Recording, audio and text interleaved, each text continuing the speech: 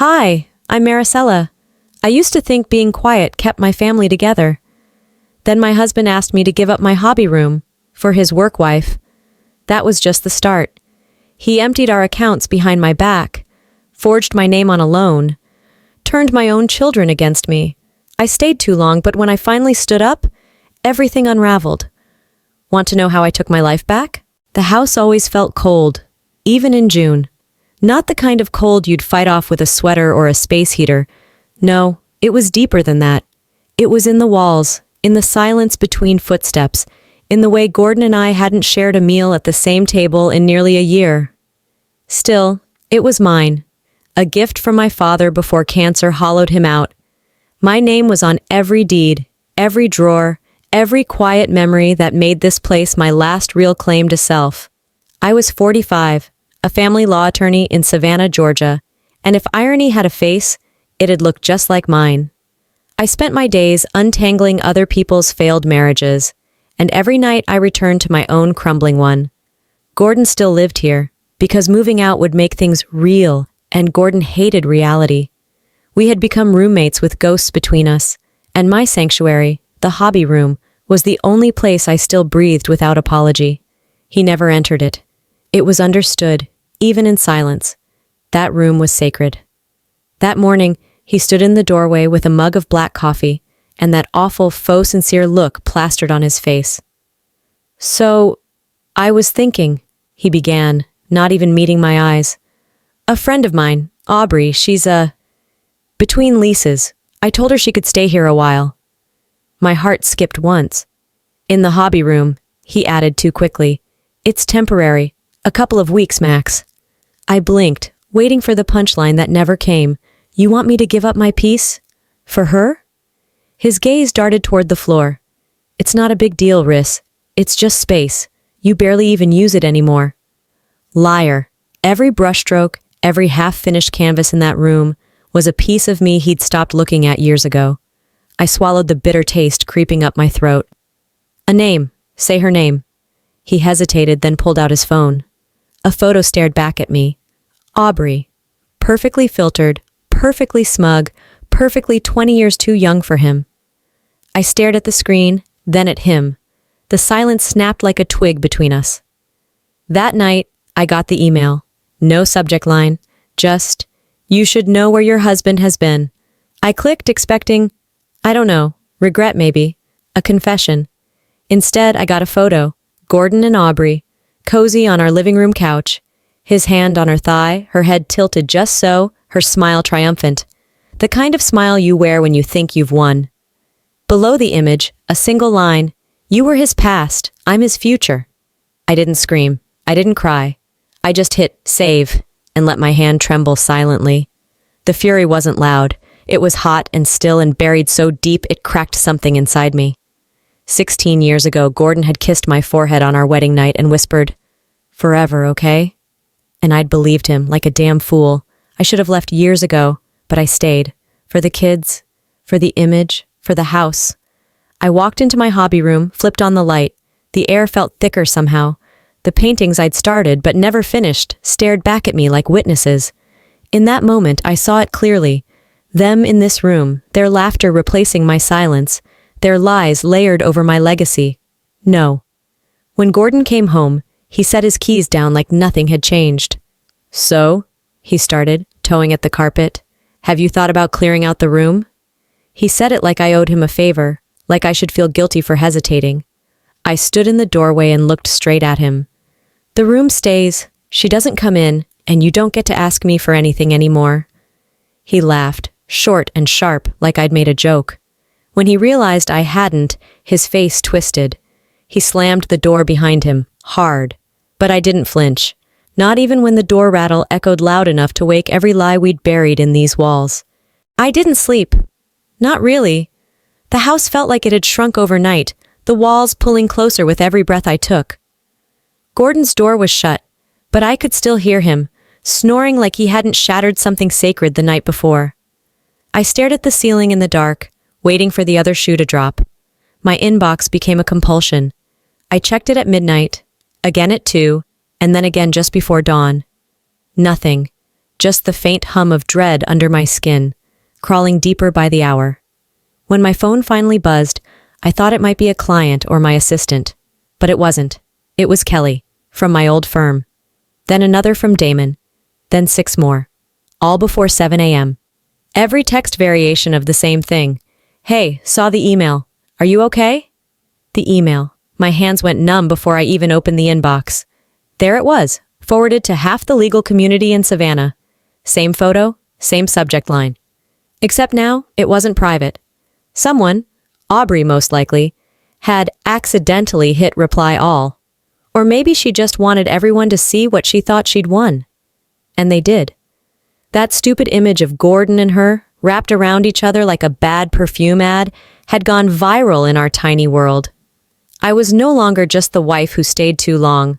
I was the woman people whispered about behind plastic smiles and coffee mugs. I opened a blank email, typed 3 lines, deleted them, started again, deleted again. What was I going to say? That my husband was an unoriginal cliché? That I'd wasted years of my life curating respect in a town that now laughed behind its hands? I hovered over the keyboard, my pulse hammering in my ears. Then I closed the laptop. Let them talk. They were going to anyway. I turned off my phone and tried to breathe through the ringing silence, but peace didn't come. At noon, my phone buzzed again, this time with a notification from the bank. Withdrawal alert, $9,200 from joint checking. I froze. Another alert followed, then a third. I logged in, heart climbing into my throat. The joint accounts were almost empty. Every shared investment transferred. I called the bank. Polite hold music played like some cruel joke. Finally, a woman picked up, cheerful and apologetic in the same breath. Yes, Mrs. Rivera. The paperwork was submitted weeks ago. We assumed you were aware since Mr. Rivera had the proper documentation. I didn't speak for a long moment. When I finally did, my voice cracked.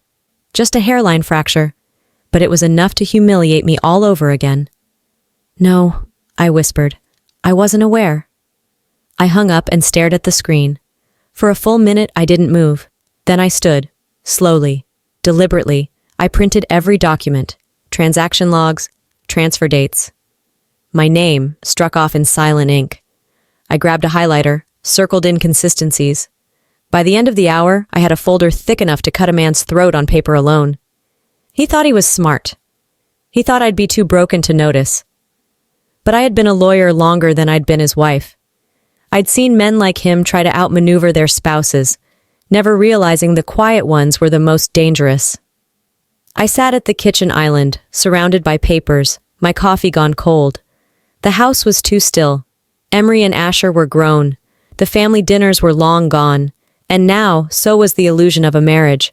I wasn't anyone's wife anymore, but I was still me, and he just declared war. I stood up. My breath came easier this time. He wanted to play dirty? Fine. I pulled my father's old briefcase out of the closet. The leather was worn but solid, just like him. I filled it with everything. Files, notes, proof. Then I grabbed my phone and texted someone I hadn't spoken to in 5 years. Hey, Janelle. I might need your help soon, quietly. No emojis, no warmth, just business. I was never just a wife, and now I wasn't going to play like one. My lawyer flipped the page slowly, her red pen tapping the edge of the desk like a metronome of bad news. He's been preparing this for months, she said almost to herself. I nodded once, my jaw locked shut. The records were damning, transfers staggered over weeks, a soft siphon. Not enough at once to raise alarms, just enough to gut me quietly. He planned this while sleeping in my bed, I said, voice even. She leaned in, expression unreadable. You need to check your credit. Immediately. That was the moment I knew we weren't just divorcing. He was erasing me. Back at my car, I logged into my credit report. I didn't blink. I didn't breathe. There it was. A $200,000 loan. In my name. Secured against the house. My house. The one my father signed over to me with shaking hands and mist in his eyes. The one I remodeled after Mom passed. The one where I raised my children. The one room that held her recipes, his books, my entire lineage. I scrolled down. Gordon's name didn't appear anywhere. Just mine. The signature on the loan agreement, it was mine, but it wasn't mine. A lazy attempt at imitation, like he didn't think I'd check, like he didn't care if I did. I ran to the courthouse restroom, locked the stall, and I vomited. Not from the fear, not even from the financial ruin looming over me like storm clouds clinging to a brittle roof. It was knowing I'd stayed too long in silence, too long making excuses for him, too long believing if I just held the family together, it would mean something. It didn't. By the time I wiped my face and rinsed my mouth, the sickness was gone, but something colder had moved in. That night, I was folding laundry when Asher called. His name lighting up my screen should have brought relief. Instead, it brought another kind of dread. "Hey, Mom." His voice sounded off, guarded, thin. "Hey, baby, everything okay?" A pause. "Dad told me you've been kind of unstable, that you kicked him out over something minor, said you might be having one of your episodes again." I stopped breathing. For a second, I was back in that hospital room 15 years ago, when they told me I had postpartum depression. How Gordon had called me dramatic when I'd cried too long. How he once whispered to a neighbor, "She's fragile." The knock on the door didn't startle me. I'd been sitting on the edge of the couch, gripping my knees, staring into the void of my own living room like it had betrayed me too. When I opened it, Asher stood there, eyes red, phone clenched so tight in his hand I thought it might shatter. "I need to show you something." His voice cracked, not with anger, but shame. He held out his phone, opened an audio file, and pressed play. Gordon's voice filled the room. Smooth, calculated, disgusting. "She's unraveling. I'm trying to be patient, but you know how she gets." Asher didn't look at me while the recording played, but I watched him. The guilt twisted his face until he looked like the little boy who once broke a neighbor's window and tried to blame it on the wind. "I didn't believe him," he whispered. "But I didn't believe you either, and I hate that more." I didn't cry. Tears threatened, but I held the line. I needed to. The relief was quiet but seismic, like a wound beginning to clot. "You don't deserve this," he added, looking straight into me. "I know." The recording was clean, legal. My lawyer, whom I had looped in quietly the night before, confirmed it would hold up in court. For the first time in this whole unraveling mess, I had leverage, and Asher, my son, had come back to me. "He underestimated me," I told him, barely above a whisper. "He forgot who raised you." That night, I didn't sleep out of fear. I stayed awake planning. The next morning, I met Diego at a cafe near the riverfront, a man who once worked for Gordon and left without explanation 2 years ago. We hadn't spoken since his departure, but when I called, he said, "You have 5 minutes. I owe you that much." He didn't order coffee, didn't waste time. "There was a formal complaint," he said, eyes flicking toward the door like we were being watched. "Sexual harassment, a paralegal. HR buried it with Aubrey's help." I said nothing, let him keep talking. "She cried to HR, said Gordon was misunderstood. Next week she got promoted. The girl left, disappeared." "Do you have anything?" I asked. "Not directly, but I know who does, and I'll testify." It wasn't just about me anymore. He had silenced others, pushed them out like he tried to do to me. "He plays clean to the world," Diego said, finishing his espresso in one harsh gulp. "But he's always had blood on his hands." As I walked home through the fading sunlight, I wasn't the same woman who had vomited in a courthouse bathroom or stared blankly at empty bank accounts. My mind was sharp, my hands steady. Back in the house, I walked past the photos lining the hallway. Emery in a ballet costume, Asher at graduation. For a moment, I let myself remember the laughter that once lived here. "He broke my marriage," I said aloud, "but not my mind, not my bloodline." I stopped outside the hobby room, my refuge, my battlefield. Let him come. I'd be ready. An alert pinged on my phone, an email from Diego. No subject line, one blurry attachment. It was the first page of Gordon's old complaint, buried but not forgotten. My fingers tingled as I texted my lawyer.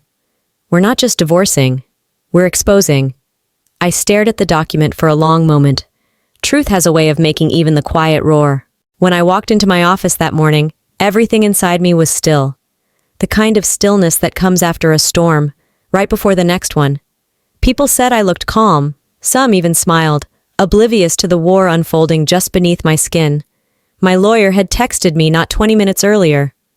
Whistleblower confirmed. It's real.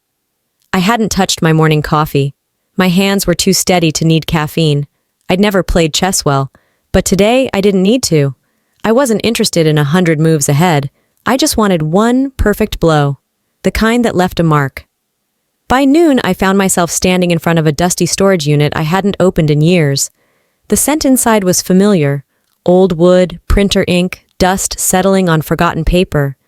In the far back, behind a crate of awards and unopened boxes of law books, sat a file cabinet I used when I consulted for 2 regional firms.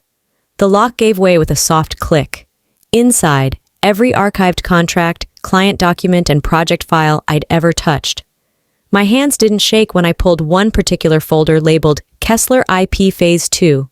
The timeline, the signatures, the embedded metadata. They all matched the files Aubrey had submitted to Gordon's firm 6 months ago. She hadn't just stolen company property. She'd stolen from me, and she'd used my name, my credentials, to do it. I scanned every page into a drive, loaded it onto my laptop, and took a photo of the original documents. I handed them to my attorney like I was passing over a detonator. "This is enough to take her down," he said, almost impressed. "Maybe both," I nodded. "I'm counting on it." For 2 days, nothing happened. The calm was so manufactured I could hear it ticking like a bomb. Then the whispers began. At first, just side glances at the grocery store, people pretending not to recognize me. Then came the emails from the HOA about reports of erratic behavior, followed by a notice taped to my front gate from the board president herself, an old friend of Gordon's, warning that I was now considered a community concern. At the Sunday charity bake sale, I watched 3 women I'd known for over a decade whisper and nudge each other while I stood in line for coffee. One of them finally turned and offered a pitying smile. "It's just so heartbreaking, Marisella, what you're going through." "What exactly am I going through?" She hesitated. "Well, we heard about the breakdown. Gordon said it's why you lost custody. It must be so hard." That was the moment the fuse burned through.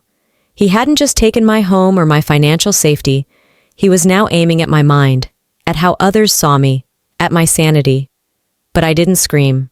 I went home, and I didn't cry. Instead, I sat at my desk, opened a blank desktop folder, and titled it Operation Exposure. Inside it, I began to drop everything: PDF copies of financial transfers, screenshots of text messages, the recording Asher gave me, the harassment complaint cover sheet, photos of the stolen files, my affidavit. And for every document I added, a flash of memory returned. Gordon belittling me in front of friends, his hand tightening on my elbow under the dinner table, calling me unstable because I dared to ask about bank statements.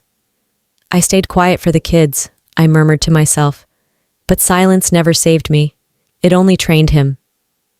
The next morning, I stood in front of the UPS drop box across town, far from curious eyes, and slipped in an unmarked envelope. Inside, documented proof of intellectual property theft tied to Aubrey, with clear metadata that placed her at the center. It was addressed to her company's board. There was no return name, but there was a message inside: "If you don't investigate her, someone else will." I didn't wait for war, I declared it. I walked into the HOA meeting like I owned the building. No invitation, no smile, just a folder and a purpose. The room was already buzzing with low chatter, plates of cookies, and iced tea sweating in plastic cups. I didn't wait for permission. I took the floor, laid a single printed screenshot down on the table, and looked every last board member in the eye. "This," I said, tapping the paper, "is your golden boy calling me unstable. This is what he told you behind closed doors." Gasps were subtle, but they were there. Beverly's lips pressed into a thin line. Tom cleared his throat and avoided my gaze. The HOA president, Denise, went pale, her eyes scanning the screen-captured text message. "Gordon, telling a neighbor I'd had a breakdown, that I was a danger to the community, that the kids didn't speak to me anymore." Narration ran like a drumbeat in my chest. "They made me the story. Now they'll choke on the truth." I didn't ask for an apology. I demanded a retraction, public, signed, circulated to every mailbox just like their last seasonal newsletter about mailbox paint standards. Back home, I didn't cry. I uploaded the screenshot to Facebook with a caption that read, "I'm not broken, I've been bleeding in silence while he danced in public." By midnight, my phone was vibrating non-stop. The post had spread fast. Over 200 shares, dozens of comments, messages from women I hadn't spoken to in years. I went through this too.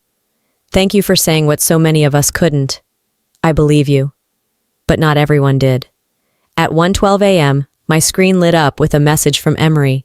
"Why are you dragging this out online? You're acting like Dad said. No hi, no mom, just that." I stared at the words until they blurred. Then I pictured her at 9 years old, dancing barefoot in the kitchen with pancake batter on her cheek, laughing while I flipped records and stirred maple syrup. That girl would have known better. I called, straight to voicemail. I recorded a voice message instead. "I'm not asking you to choose. I'm asking you to look. Please, look." But deep down I knew. Betrayal from a husband you come to expect? Betrayal from your daughter? It swallows something you don't get back. After that, I sat at the kitchen table with a glass of wine and opened a notebook I hadn't written in for 10 years. I poured out every sacrifice I'd made. Birthdays skipped, sleepless nights, court dates, compromise after compromise. Also, they wouldn't have to see the cracks. Maybe the reason I tolerated so much pain, I wrote, was because I thought they'd love me for enduring it. I didn't cry this time, not even when I ripped the page from the spiral and burned it over the sink. I don't want survival anymore. I want truth. One by one, I deleted every digital wedding photo from the shared drive. No drama, no theatrics, just silence and deletion. The house stayed quiet, but hours away in a dimly lit dorm room, Emery sat alone scrolling my post again. Something had pulled her back to it. Maybe curiosity, maybe guilt. She zoomed in on the timestamp at the bottom of the screenshot. It was from the week I'd been hospitalized 5 years ago. She remembered then how I told her I had the flu, how I still packed her lunch from bed, how Gordon never visited once. Her expression shifted. She was protecting me, and I didn't even see it. You can't mourn the living when the fight's still on. That thought sat with me like a brick on my chest as I stared out the kitchen window, watching condensation bead and run like little escapes. I had already buried pieces of myself. My name in the firm we built, the friends who scattered like leaves in wind, the daughter who no longer looked at me with trust. But I wasn't done. Not yet. Emery hadn't returned my calls, but I refused to crumble.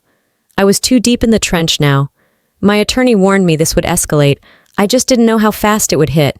Then Emery showed up. She didn't knock, just walked in, breathless, face pale. In her hand, her phone. "I saw them," she said. I blinked. "Who?" "Dad. Aubrey. In the college parking lot." Her voice shook, but not from fear, from clarity. "They were arguing. She slapped him, called him a liar, said he ruined her. She was crying, screaming." She handed me the phone. The video played, blurry but undeniable. Gordon, red-faced, Aubrey, undone. A perfect unraveling. Emery sat down across from me. "Mom, I'm sorry, I didn't want to believe you, but you never yelled, never blamed. You just kept going." She reached across the table, grabbed my hand. That touch, I hadn't felt it in weeks. It broke something loose in me. Not pain, not grief, permission to win. 3 days later, it arrived. A formal legal notice shoved into a yellow envelope like bad news dressed up in civility. Gordon was suing me for defamation, claiming I'd fabricated stories, ruined his reputation, demanding he be allowed to stay in the house. He called it his property. My lawyer's face was tight with disbelief. "He's leaning hard on the emotional instability angle, wants to paint you as erratic, dangerous." I didn't speak at first. Then I exhaled slow. "He thinks the courtroom is his battlefield," I said. "Let's give him a war." I pulled out the digital drive I'd been building since day one. Timestamps, bank trails, voice messages, screenshots, witness lists. Aubrey's IP theft, the HOA retaliation, his slander, his manipulation. Then Emery stood beside me, fierce and calm. "I want to testify, not just because you're my mom, because you're right." The next morning, he showed up at my door, smug, holding his phone out like some weapon. Filming. "This is still legally mine," he said, panning his camera toward the porch, the front door, the windows. I opened the door, stepped out. Right behind me, my attorney, and our own camera crew. He blinked. "This," I said, "is a restraining order. Smile for the judge." Later that night, Asher and Emery sat at the kitchen table, talking in low voices I wasn't meant to hear. "We always thought Dad was the strong one," Asher murmured. Emery shook her head. "No, Mom's the one who never quit." I didn't interrupt, just listened. Their voices stitched something broken back together inside me. I didn't want revenge. I wanted peace. But he made peace impossible. When the court date was set, I didn't flinch. The morning of the hearing, I wore navy, power without aggression. Asher on my right, Emery on my left. The courthouse loomed ahead. Outside, a small crowd had gathered. Some held signs defending Gordon. Others raised posters with my words, shared from my post. Bleeding in silence isn't weakness. I paused before the courtroom steps, letting the noise wash over me. They called it a hearing, but I knew I'd finally be heard. I stood in the middle of my office, surrounded by towers of documents and the white noise of media updates pinging on every device. It was chaos. Emails, court updates, news alerts. But inside me, only stillness. They made me the villain to hide their sins. I'm done playing quiet. The press had latched on like wolves. Gordon's team filed the libel lawsuit 3 days ago, dragging my name through every headline. "Disgruntled ex-wife seeks attention," one outlet wrote. Another labeled me an unstable former spouse with an axe to grind. He painted himself as the casualty of a bitter woman's smear campaign. I didn't blink. I didn't respond. I didn't need to. Because I had footage. It came from a backup drive. One Gordon never knew existed. Security recordings from his former office, synced to my cloud account years ago when I set up the IT contract. I reviewed every second. And then I found it. Aubrey. After hours. Let in by Gordon himself. They bypassed security protocols, laughing, whispering about cutting corners, and getting ahead while the sheep follow rules. His voice, clear, arrogant, mentioning falsified reports and using old contacts to bury a harassment complaint. I sent it to my attorney, then to a journalist I trusted, then to the board of Gordon's firm. By nightfall, it was everywhere. The footage went viral. News anchors paused mid-segment to cover it. Legal analysts dissected it in real time. Hashtags erupted. The board held an emergency session. I didn't even have to attend. By morning, Gordon was suspended. By noon, fired. Aubrey wiped her socials. No posts, no comments. Just digital dust where smugness used to live. I watched the fallout unfold with a cup of tea in hand and a blanket draped across my lap. The knock at my door that evening came like a punctuation mark. I looked through the peephole. Gordon. His tie was gone, shirt wrinkled, hair wild. No cameras this time. "Marisella," he rasped. "Please, we need to talk." I didn't open the door. I locked it. Then I called the police. He stayed on the porch for 2 more minutes, then walked away. That night, Emery and Asher sat beside me, scrolling through the media storm. "You're not just surviving anymore," Emery said. "No," I whispered. "I'm reclaiming everything he tried to erase." We spent the next day clearing out the basement. I found the old sign from my solo practice, Marisella James, Family Law. I set it back on my desk. Then I pulled out the paints Gordon told me to box up a decade ago. Opened the windows, let light in, reclaim, rebuild. I wasn't just angry. I was alive. Then came the envelope, plain, white, no return address. Just a single letter inside, Aubrey's legal team. She was suing Gordon, emotional damages, career sabotage, professional exploitation. I read it twice, then laughed, a short, sharp sound that surprised even me. The empire he built on lies? It's crumbling, and I won't pull him from the ruins. The house didn't creak as much anymore. Maybe it was just the quiet, honest, unforced quiet that made it feel different. Not empty, just lighter. I sat by the same kitchen window I once sobbed beneath, cradling my tea in both hands. No police cars, no shouting behind closed doors, no walking on splinters of tension, just the hum of the fridge and a breeze rolling in through the screen. Freedom doesn't always feel like fireworks. Sometimes, it's just the absence of fear. I wasn't lonely. For the first time in years, I was alone, but not empty. That week, the news exploded again. Aubrey filed a lawsuit against Gordon. Emotional abuse, coercion, career sabotage. Her press release was public, raw, almost too honest to be strategic. She admitted to being manipulated, shielded him out of blind loyalty, and worse. She confirmed that Gordon had forged internal documents, the same ones that nearly ruined me. He was under investigation now. Not just civil suits, federal inquiry. When I finished reading, I didn't cheer. I didn't weep. I closed the tab and whispered to no one. He dug the grave himself. I just refused to lie in it with him. I didn't need a headline to feel vindicated. I had my breath back. Weeks passed. I began hosting small workshops, healing through art and storytelling. Women came from across the city, divorcees, caretakers, women who'd lived in silence too long. Some brought sketchbooks, some brought scars. Emery and Asher sat in the back row at my first event. Quiet, protective, watching, but also listening. They stayed afterward and helped stack chairs without being asked. Later that evening, we had dinner together at my place. No phones, no tension, just laughter about burnt toast and how Asher still couldn't fold a fitted sheet. I looked at them both, now nearly grown, and thought, they'll remember this version of me, the one who didn't vanish under someone else's shadow. A new neighbor moved in next door, a woman my age with a little boy who kept chasing lizards. She waved from the porch. We talked over the fence about mulch and mosquito season. I found myself smiling more than I had in years. I went back into the room Gordon once tried to erase. It didn't need to be a battleground anymore. It became mine again. Not a fortress, a garden. One evening I wrote a letter, to myself, to the woman who stayed too long, who thought love meant shrinking, who thought silence kept families together. You won't recognize the woman you become, I wrote, and that's a good thing. I burned the letter, not out of anger, but as release. Ash curled into the sky like memories surrendering to wind. He asked me to kick out what I loved. So I did, starting with him. I was reading on the porch when the knock came. Sharp, deliberate. I didn't move at first. Then came the slide of an envelope through the door. No return address. Just 4 words, written in Gordon's handwriting. We're not finished yet. If there's one thing this journey taught me, it's that peace isn't given. It's reclaimed. You don't have to scream to be heard, and you don't have to destroy someone else to rebuild yourself.